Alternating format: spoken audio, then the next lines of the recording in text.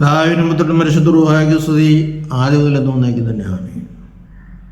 ട്രോഫീത്തിലേക്ക് എല്ലാവർക്കും ആത്മാർത്ഥമായ സ്വാഗതം. ഞാൻ യാക്കോബ സഭയിലെ ആലിക്കൽ കോറോബിസ്കോപ്പ. സത്യവിശ്വാസം സംബന്ധിച്ച കാര്യങ്ങളാണ് പറയുന്നത്. തെറ്റുകളുണ്ടെങ്കിൽ തിരുത്താം എന്ന് പറയുന്നതിൽ ഒരു അപാകത എനിക്ക് തോന്നിയിട്ടില്ല. ആരും എല്ലാത്തിലും തകഞ്ഞവരൊന്നുമല്ല. തെറ്റുകൾ ബോധ്യം വന്നാൽ തീർച്ചയായിട്ടും തിരുത്തും. ഇന്ന് പറയാൻ ഉദ്ദേശിക്കുന്നത് നമ്മുടെ കർത്താവിൻ്റെ സ്വർഗാരോഹണത്തെ പറ്റിയാണ്. പല പേജുകളിലും ചാനലുകളിലൊക്കെ ഇതിനെപ്പറ്റി വ്യത്യസ്തമായ പല അഭിപ്രായങ്ങൾ കണ്ടു. ക്ലബ്ബ് ഹൗസുകളിലും മറ്റൊക്കെ പല വീഡിയോകൾ കാണാനിടയായി. ഇപ്പോൾ കർത്താവിൻ്റെ ഉയർപ്പും സ്വർഗാരോഹണമൊക്കെ അടുത്ത് വരികയാണല്ലോ. അപ്പോൾ ഇപ്പോൾ തന്നെ അതിനൊരു മറുപടി പറയാമെന്ന് വിചാരിക്കുകയാണ്. കർത്താവ് ഉയർത്തുന്നത് ആരും കണ്ടിട്ടില്ല.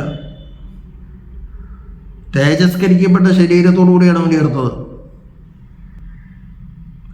ആ തേജസ്കരിക്കപ്പെട്ട ശരീരം അങ്ങനെ തന്നെ കാണാൻ നമ്മുടെ കണ്ണുകൾക്ക് ശക്തിയില്ല. അതുകൊണ്ടാണ് ഉയർപ്പ് ആരും കാണാതെ പോകുന്നത്. നമ്മളവിടെ മരിച്ചു വീഴും. കർത്താവ് ഉയർത്തതിന് ശേഷം പലർക്കും പ്രത്യക്ഷപ്പെട്ടല്ലോ. ശരിയായ രൂപത്തിലാണോ?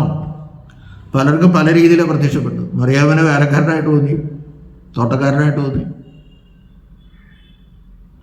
എമ്മൗസിലേക്ക് പോയ ശിഷ്യന്മാർക്ക് കർത്താവ് കൂടാതെ നിങ്ങൾ അവർക്കൊന്നും മനസ്സിലായില്ല. പക്ഷെ അവസാനം അവർക്ക് മനസ്സിലാവുന്ന രീതിയിൽ സംസാരത്തിലും പ്രവൃത്തിയിലും കണ്ടവർ മനസ്സിലാക്കി. പെട്ടെന്ന് അദ്ദേഹം അപ്രത്യക്ഷനായി. സ്വർഗാരോഹണത്തിന് ഒലിവുമലയിൽ 11 പേരെ വിളിച്ചോളൂ. അവിടെ വെച്ച് സ്വർഗാരോഹണം ചെയ്തപ്പോൾ നടപടി പുസ്തകം 1:11 പറയുന്നുണ്ട്, അവൻ പോയതുപോലെ തിരിച്ചു വരുമെന്നാണ് മാലാഖമാർ പറഞ്ഞത്. എന്ന് പറഞ്ഞാൽ അതിൻ്റെ അക്ഷരാർത്ഥത്തിൽ എടുത്ത് അവിടെ കൂടിയിരുന്ന് 11 പേരുണ്ടാവുള്ളൂ. ഒലിവുമലയിൽ ഇറങ്ങി വരും. ആ പോയതുപോലെ തന്നെ അവിടെ വരും എന്നൊക്കെയാണോ അതിൻ്റെ അർത്ഥം? ഒരിക്കലുമല്ല. പോയതുപോലെ അവൻ്റെ തേജസ്കരണ മഹത്വത്തിൽ എങ്ങനെ പോയോ ആ മഹത്വത്തിൽ അവൻ തിരിച്ചു വരുന്നതാണ്. പിതാവിൻ്റെ മഹത്വമാണ് പുത്രനുള്ളത്. അത് തേജസ്കരണത്തിലൂടെ അവന് ലഭിച്ചു. മനുഷ്യാവതാരം ചെയ്തപ്പോൾ ദൈവത്വം നഷ്ടപ്പെട്ടിട്ടില്ലെങ്കിലും മനുഷ്യാവതാരം ചെയ്തപ്പോൾ ദൈവത്വത്തിൽ മാത്രമേ ഉള്ളൂ. മനുഷ്യത്വത്തിലും അവന് ആ തേജസ്കരണം കിട്ടണം. അവിടെയാണ് അർത്ഥം. ദൈവത്വവും മനുഷ്യത്വവും ഒരിക്കലും വേറെ പിരിയാതെ ഒന്നിച്ചു നിൽക്കുകയാണ്. അല്ലാണ്ട് ദൈവത്വം വേറെ മനുഷ്യത്വം വേറെ, ദൈവത്വത്തിന് തേജസ്കരണം വേണ്ട മനുഷ്യത്വത്തിന് തേജസ്കരണം വേണം എന്നുള്ള അർത്ഥത്തിലല്ല. ഒന്നിച്ച് നിൽക്കുന്നു. അവൻ ഇറങ്ങി വന്നപ്പോൾ ദൈവമായിരുന്നു, കയറിപ്പോയപ്പോൾ മനുഷ്യനും കൂടിയാണ്. അപ്പോൾ ആ മനുഷ്യത്വത്തിന് തേജസ്കരണം വേണം. അതാണ് കർത്താവ് പ്രാർത്ഥിച്ച, പിതാവേ എന്നിൽ നിനക്കുണ്ടായിരുന്ന മഹത്വത്തിൽ എന്നെ വീണ്ടും മഹത്വീകരിക്കണമെന്ന് പറയുന്നു. ആ മനുഷ്യത്വത്തിന് മഹത്വീകരണം കൊടുക്കണം. അത് തേജസ്കരണത്തിലൂടെ അവർ കിട്ടി. മനുഷ്യത്വം ദൈവത്വം ഒന്നിച്ച് കാണും. ദൈവത്വത്തിന് തേജസ്കരണം വേണ്ട, മനുഷ്യത്വത്തിന് തേജസ്കരണം വേണം. നേരിച്ച് രണ്ടായി നിൽക്കുന്നത് ധരിക്കരുത്. ഞാൻ ഇതിനു മുമ്പ് പറഞ്ഞിട്ടുണ്ട്. താവറമലയിൽ വെച്ച് അവൻ്റെ ദൈവത്വം പ്രകടമാക്കപ്പെട്ടത് മനുഷ്യത്വത്തിൽ കൂടിയാണ്. അപ്പോൾ അകലെ നിൽക്കുന്ന ദൈവത്വം കുറച്ചകലെ നിൽക്കുന്ന മനുഷ്യത്വത്തോട് ചേർന്നാണോ അവിടെ മഹത്വീകരണം ഉണ്ടായത്? അവൻ്റെ മുഖം സൂര്യനെ പോലെ ശോഭിച്ചു, വസ്ത്രം പിടിച്ച പോലെ വെള്ളയായതൊക്കെ അത് ഒന്നിച്ചിരുന്ന സന്ദർഭത്തിൽ തന്നെയാണ്, അത് സംശയമില്ല. ആ ഒന്നിക്കലും അറിയാവിൻ്റെ ഗർഭപാത്രത്തിൽ വെച്ച് നടക്കുകയും ചെയ്തു. അപ്പം ഉയർത്തെഴുന്നേറ്റത് പോലെ തിരിച്ചു വരും എന്ന് പറയുമ്പോൾ, സ്വർഗാരോഹണം ചെയ്ത പോലെ തിരിച്ചു വരും എന്ന് പറയുമ്പോൾ പിതാവിൻ്റെ മഹത്വത്തിൽ അവൻ ഇറങ്ങി വരും. സകല മാലാഖമാരോടും കൂടെ.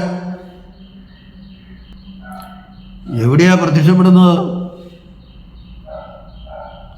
സഖരിയ 4:4 അവിടെ അവൻ്റെ കാൽ ചവിട്ടുമെന്ന് കഴിഞ്ഞിട്ട് ആരുടെ കാലാണ്? പിതാവിൻ്റെ കാലാണ്.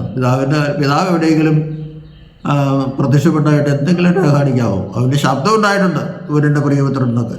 അല്ലാണ്ട് പിതാവ് ഒരിക്കലും ആർക്കും പ്രത്യക്ഷപ്പെട്ടിട്ടില്ല, ഭൂമിയിലേക്ക് ഇറങ്ങി വന്നിട്ടുമില്ല.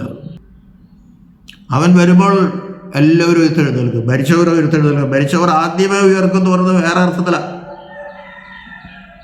ഏതർത്ഥത്തിലാണ്? മാമോദീസ പറ്റി ഇവിടെ പറയുന്നത്. ആത്മാവിൽ മരിച്ചവര്, പാപത്തിൽ മരിച്ചവര് വിശുദ്ധ മാമോദീസ മൂലം ഉയർത്തെഴുന്നേൽക്കും. അതാണ് ഒന്നാമത്തെ പുനരുത്ഥാനം. രണ്ടാമത്തെ പുനരുത്ഥാനമാണ് കർത്താവിൻ്റെ രണ്ടാമത്തെ വരവിൽ മരിച്ചവർ ഉയർത്തെഴുന്നേൽക്കും. അവർക്ക് തേജസ്കരണം കിട്ടും. അപ്പോൾ തന്നെ ജീവനോടിരിക്കുന്നവരുടെ മധ്യാകാശത്തിലേക്ക് തേജസ്കരണം കിട്ടി എടുക്കപ്പെടും. അതുകൊണ്ട് ആദ്യം മരിച്ചവർ പിന്നെ കൃപാനുസരിച്ചൊന്നുമല്ല. അതൊക്കെ വളരെ വ്യക്തമായിട്ട് നാം മനസ്സിലാക്കണം. 1 കൊരിന്ത്യർ 15 അധ്യായത്തിൽ ഇത് വ്യക്തമായിട്ട് പൗലോസ് പറയുന്നുണ്ട്.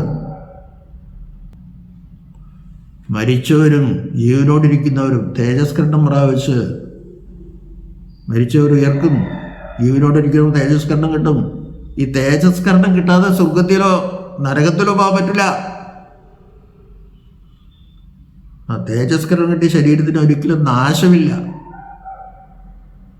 ഒരിക്കലും നശിക്കില്ലത്. ഇപ്പം നരകത്തിൽ കിടക്കുകയാണെങ്കിൽ ആ ജീവനാഥ് അവിടെ തന്നെയാണ്. ആരും നരകത്തിൽ പോകരുതെന്നാണ് ആഗ്രഹം. നരകമില്ലാന്നൊക്കെ ചിലർ വാദിച്ചു, പക്ഷെ അവിടെ നിന്ന് ആർക്കും ജയിക്കാൻ പറ്റിയിട്ടില്ല. 2 കൊല്ലം മുമ്പ് നരകമില്ലാന്നൊക്കെ പറഞ്ഞ ഒരു വേറെ ചില സഭാംഗങ്ങളുമായിട്ടൊക്കെ ഒരു സംവാദം നടത്തിയതായിട്ട് ഈയിടെ കാണാനിടയായി. കണ്ടം വെച്ച വഴി ഓടി നരകം ഇല്ലയെന്ന് പറയുന്നവരൊക്കെ.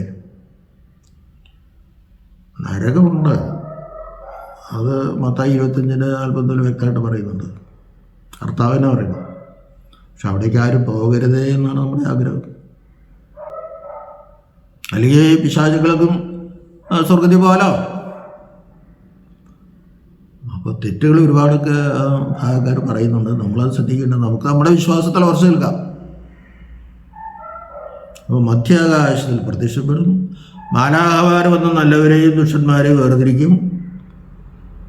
എൻ്റെ പിതാവിനാൽ അനുഗ്രഹിക്കപ്പെട്ടവരെ നിങ്ങൾ എൻ്റെ അടുത്തേക്ക് വാ, വലതു ഭാഗത്തേക്ക് വാ.